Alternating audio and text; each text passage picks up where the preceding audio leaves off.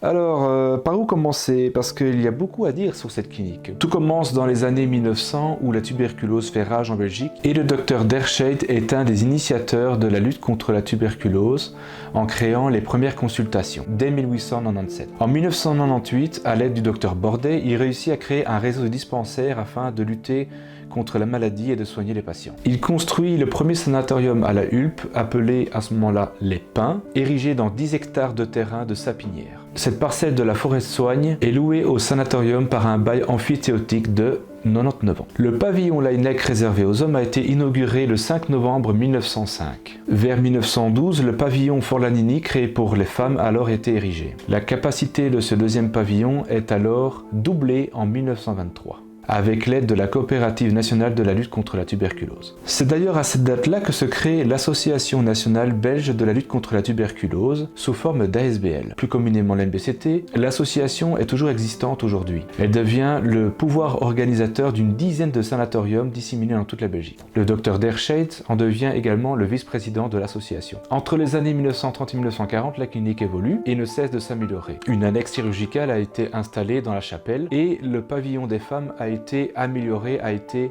agrandi, ce qui a eu pour but de changer le nom en pavillon Vézal. Pour donner une idée de prix de l'époque, il faut quand même se dire que c'était vraiment pas cher. Une chambre à un lit, c'était 30 francs belges pour une seule journée. Et 30 francs belges, ça fait moins d'1 euro. Ce qui est incroyable maintenant quand on regarde au prix où sont maintenant les soins médicaux. Mais malheureusement, le 10 mai 1940, l'Allemagne envahit la Belgique et c'est là que les ennuis commencent. Le 24 mai 1940, le docteur Derscheit décide de réunir un comité de crise avec la NBCT afin de trouver une solution. Les femmes malades ont été évacuées dans une clinique à Bruxelles, tandis que les hommes malades ont été évacués à Beusingen, dans une autre commune. Les Allemands avaient alors fait la mainmise sur le sanatorium, mais le docteur Derscheit ne l'avait pas entendu de cette oreille. Les Allemands voulaient convoquer 2 de leurs médecins afin de créer une nouvelle association pour la lutte de la tuberculose qui était évidemment présidée par les Allemands eux-mêmes.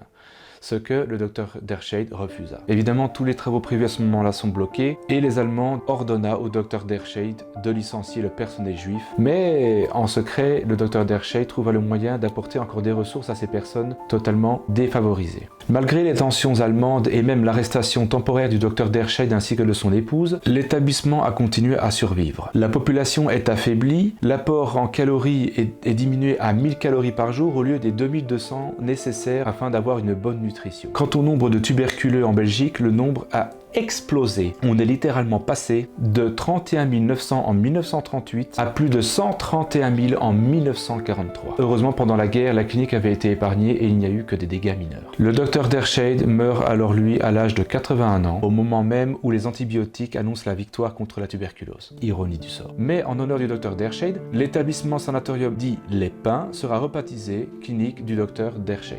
En 1975, tous les sanatoriums du groupe de la NBCT sont en situation très difficile. Le traitement ambulatoire de la tuberculose a rendu leur rôle marginal et 219 lits sont encore ouverts. Malgré la reconversion de certains lits en revalidation cardio-pulmonaire, les lits dédiés à la tuberculose restent insuffisamment occupés. À ce moment-là, les sanatoriums sont voués à la disparition. Le conseil d'administration pense même à se séparer de ce petit bijou, quitte à la transformer en maison de repos par une mutuelle. Le temps passe et afin de donner un peu de confiance aux banques, la clinique décide de commencer une reconversion. Il y aura alors la mise en place de services locomotrices et polypathologiques. Quant au bâtiment Laennec, il reçoit 60 lits supplémentaires de psychogériatrie. Il y a même des services de kinésithérapie et d'ergothérapie qui ont été créés. Un service de radiologie et un laboratoire de biologie fut maintenu en place. Il y eut alors tout un système d'investissement afin d'améliorer le confort et la sécurité des patients au sein de la clinique. Il y avait la plupart du temps des personnes désorientées, il fallait donc faire attention à leur sécurité. La NBCT continue de se développer, mais la clinique du Dr Dershade fait face à un autre problème, c'est celui du bail qui a été confié par la région wallonne. D'autant que la forêt de soigne a été classée Natura 2000, il ne sera donc plus possible de moderniser, d'agrandir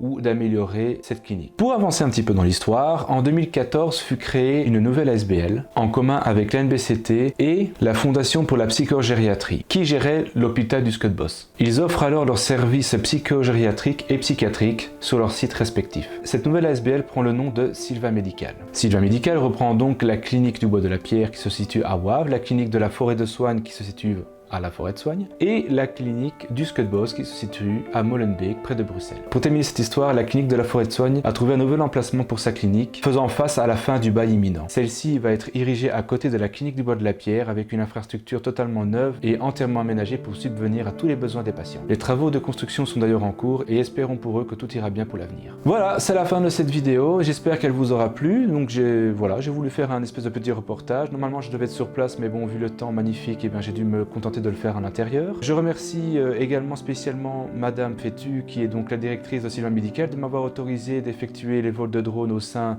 de la clinique de la Forêt de Soigne et de son territoire, de m'avoir donné l'autorisation de créer cette vidéo. Je vous dis donc à la prochaine pour une nouvelle vidéo et n'hésitez pas à vous abonner.